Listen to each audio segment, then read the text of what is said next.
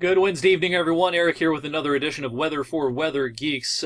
I had to laugh today. It's not really that funny, actually. It's kind of scary. The CEO of United Airlines, I believe, gave an interview to someone, and he said, the Farmer's Almanac's calling for a harsh winter in Chicago, so our crews are hard at work. Basically implying that his company, or at least he, was basing their workload and how they're preparing for the winter on the Farmer's Almanac forecast. So, needless to say, that CEO got skewered over on weather Twitter today by a lot of meteorologists. So that was very cringeworthy. If you have been watching my stuff for a while or following me for a while, you know my view on the Farmer's Almanac. It's a view shared by most meteorologists. Fun publication, a lot of cool stuff in there as far as facts and figures and astronomy and gardening and cooking and all sorts of cool stuff. It's a good read. Weather forecasts, not exactly their strong suit, though, so just thought I would comment quickly on that. All right, our forecast today was 89. We hit 89 this afternoon. It was 94 again in Cleveland, 87 in Pittsburgh. Someone asked me on Twitter a few hours ago, how many days this summer have we had a high of 88 or 89? And I looked through the numbers, and it's actually 19 days that we've had a high of 88 or 89. Now, we've had 6 90-degree-plus days, plus 19 88 or 89 days. So that makes 25 days where we've been 88 or above for the season. And that's quite a few. Now, we've had summers where we've had more, certainly. But it's been a very warm summer. We haven't had any records. It hasn't been a summer of extreme heat. It's been very consistently warm, though. And today was no exception.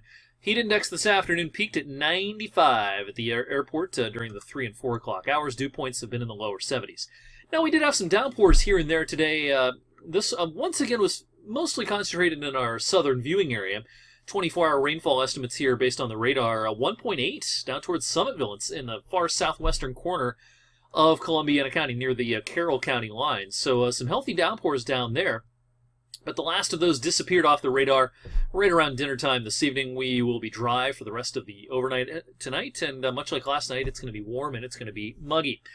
All right, as we go into the day on Thursday, I think the morning is dry, some sunshine as well. We're going to start to cloud up in the afternoon. Our cold front is approaching. This is the first of two fronts, and this is the weaker of the two fronts. But nonetheless, this will start to squeeze off some showers and some thunder as we get into the afternoon. I think the highest chances of rain overall on Thursday will be around dinner time. 4, 5, 6, maybe 7 o'clock or so, and then I suspect activity will wane after sunset. Then as we go into the day on Friday, now, if you've been following my forecast for the last couple of days, I've been talking about how the Friday night football forecast is a little bit tough. Now we're quite a bit more confident with a few more model runs under our belt that will be dry for high school football Friday evening, and it's not going to be as stuffy and oppressive as the evenings earlier in the week. So a pretty nice evening for high school football Friday evening. It'll start to cloud up, though. Then we can get some showers later Friday night, and even Saturday morning there could be a shower around. I think overall the best chance for thunder will be later in the day Saturday. This is 10 a.m. with our cold frontal passage later in the day, towards dinner time into the evening. An increased chance for some thunderstorms, and even though they're coming pretty late in the day, I suppose there could be a couple of strong ones mixed in as well.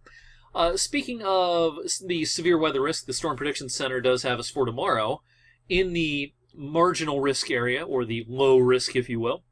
Typically what this means, isolated severe storms, limited in coverage and intensity. So I'm not real keen on a big severe weather day tomorrow. Could there be stronger storms? Yeah, that's possible.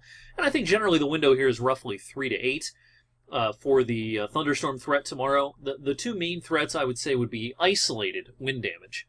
Don't think there'll be a lot, but it's possible there's some.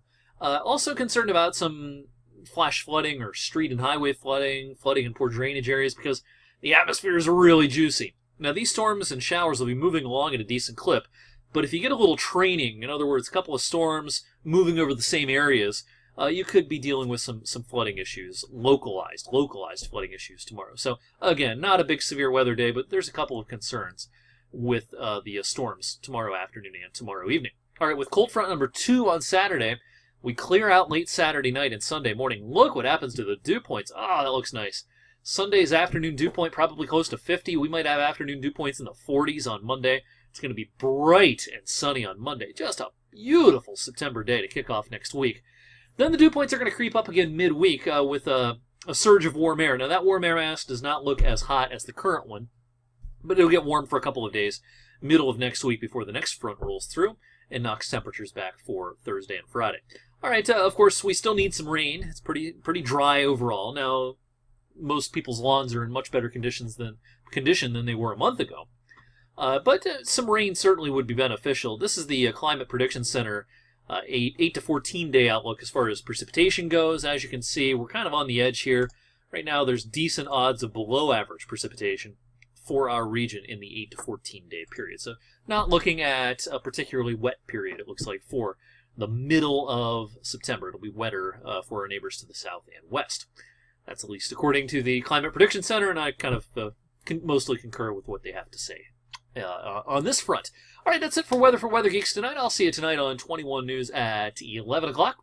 Weather Geeks is back for one more edition tomorrow. I'm at the National Weather Association annual conference in Norfolk, Virginia next week, Monday through Thursday.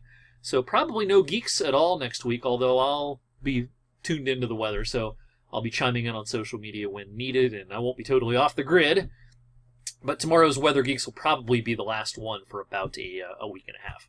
All right, so I'll see you tonight on the news. Have a great rest of this Wednesday.